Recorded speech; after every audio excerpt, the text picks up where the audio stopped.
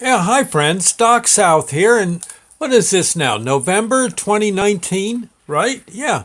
And I just, well, I thought this is, of course, to me, when you say November, I just start sniffing for the turkey, the stuffing and the mashed potatoes. Right. Thanksgiving Day. Always a great day. And I think actually could be one of my favorite holidays because it's simple in its concept. Yeah, you got a lot of dishes to wash and you got to cook a turkey. But it winds up being a pretty good day. Everybody getting together and I don't know, maybe watching football, talking, yakking. Generally, it's the weather might be okay. You can go out for a walk or a hike or something. It's great, and it's Thanksgiving.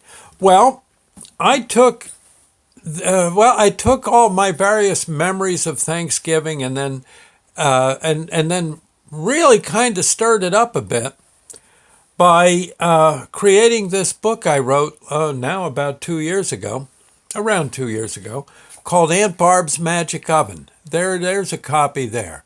I had it printed up, and I know I've been saying that it's kind of a wild tour of the afterlife, and in a way it is, but it's also the whole thing kind of takes place right around Thanksgiving, back in I'd say the early '70s. The early '70s. Let me look. No, early '80s, late '70s, early '80s. The Even though it happens, and it's basically a fantasy that happens around this wild Thanksgiving dinner that I actually attended at my Aunt Barb and Uncle Bill's house many years ago, where literally I think there was about 30 people there. The chairs all reached out to the sidewalk and all, and I don't know. I was going to just write a story about that when all of a sudden it just kind of hit me to really spiff it up and throw all sorts of interesting stuff into the mix. Things like, well, I blended the story with a near-death experience. Now, I've never really had one. I've come close a few times here and there, but I've never really had what I would call an out-of-body experience. But I have run into people that did, especially being a rescue squad member. You would we would bring people back, and I've run into them just through the course of day to day life, but especially in rescue. And almost everyone to a T says, "Boy, I kind of wish you hadn't brought me back. It was so great where I was." Now, uh, that doesn't mean you should run out and jump off a cliff. That, because from what I understand, people that try that, it isn't always so nice. They get a talking to. It's And then they're sent back, with their tail between their legs. You, no, you don't. Not getting out that easy. Yeah. Okay. Well, I wrote this book. Pretty much, it's as if all of a sudden heaven decides that the whole darn world's going to have a Thanksgiving Day. All of planet Earth and all the various angels, assistant angels, uh, everyone, God and Jesus, everyone and many of the dignitaries on earth, both famous and not so famous, get involved in putting together this wild Thanksgiving that everyone from the jungles of the Amazon uh, to the penthouses in Manhattan and L.A. are going to be part of it, and it gets really really crazy, but it's good crazy.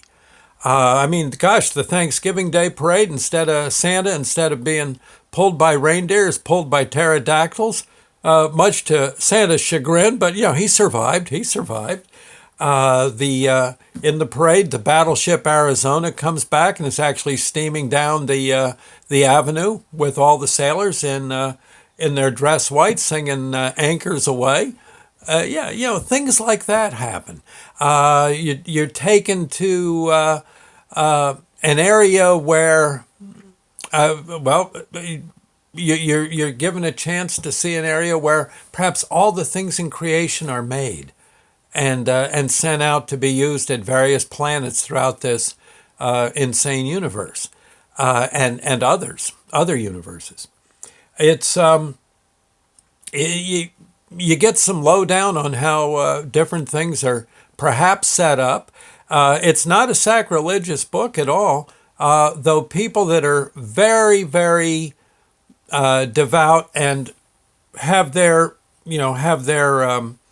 religion formulated in their minds, which is fine. Nothing wrong with that.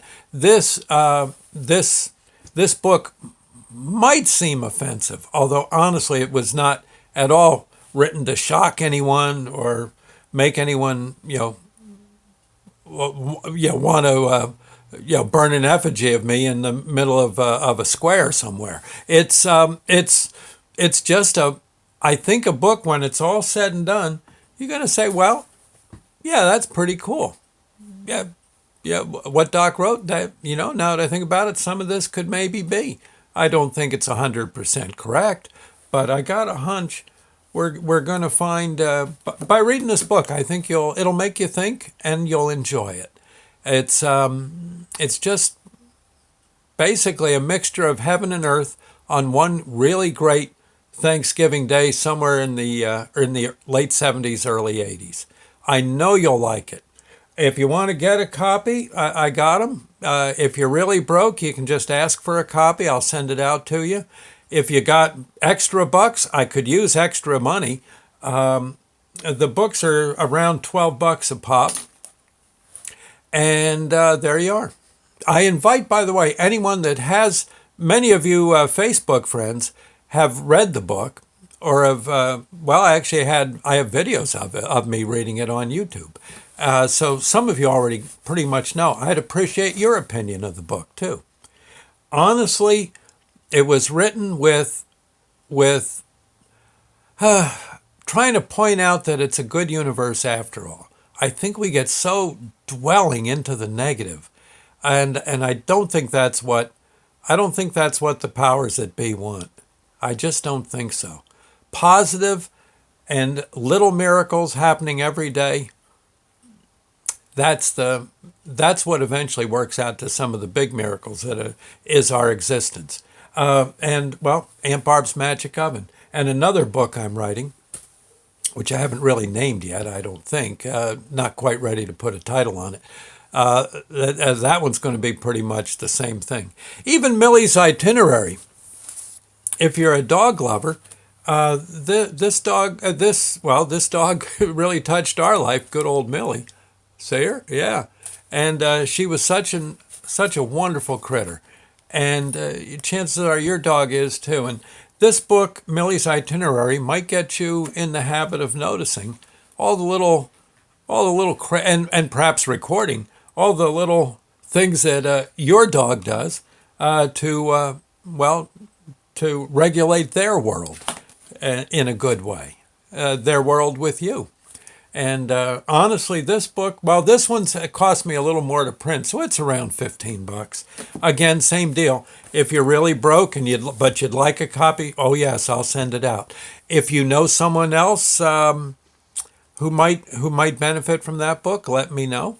And also, you can always you can go to YouTube. I'm Doc South Show on YouTube and YouTube, yeah, for the videos.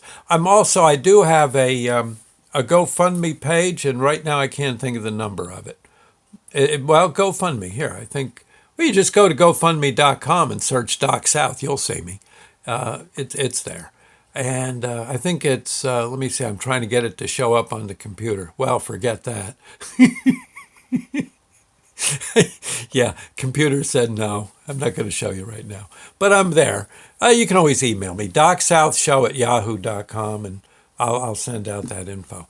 Okay, other than that, honestly, I don't ever expect to be rich from these books, but I really do think a lot of folks would benefit from reading them. I think if nothing else, they're entertaining. Absolutely. Again, Aunt Barb's Magic Oven is pretty much my imagination gone really wild. Okay. And no, I don't do LSD. No, I just sit there and A little bit. I just sit a little bit, and all of a sudden the idea hits me right between the ears, and the fun starts. and it's honestly, I think you will enjoy yourself. So contact me if you want a book. DocSouthShow@yahoo.com, or you can message me on Facebook. Okay, I'll get one out to you, one way or another. And if you want to pay 1,000 for a book, boy, I could sure use it. But if you like I said, if you can only pay $1 or $2 or nothing at all, well, we'll work it out. Okay, I'll see you later. Thank you, and bye now.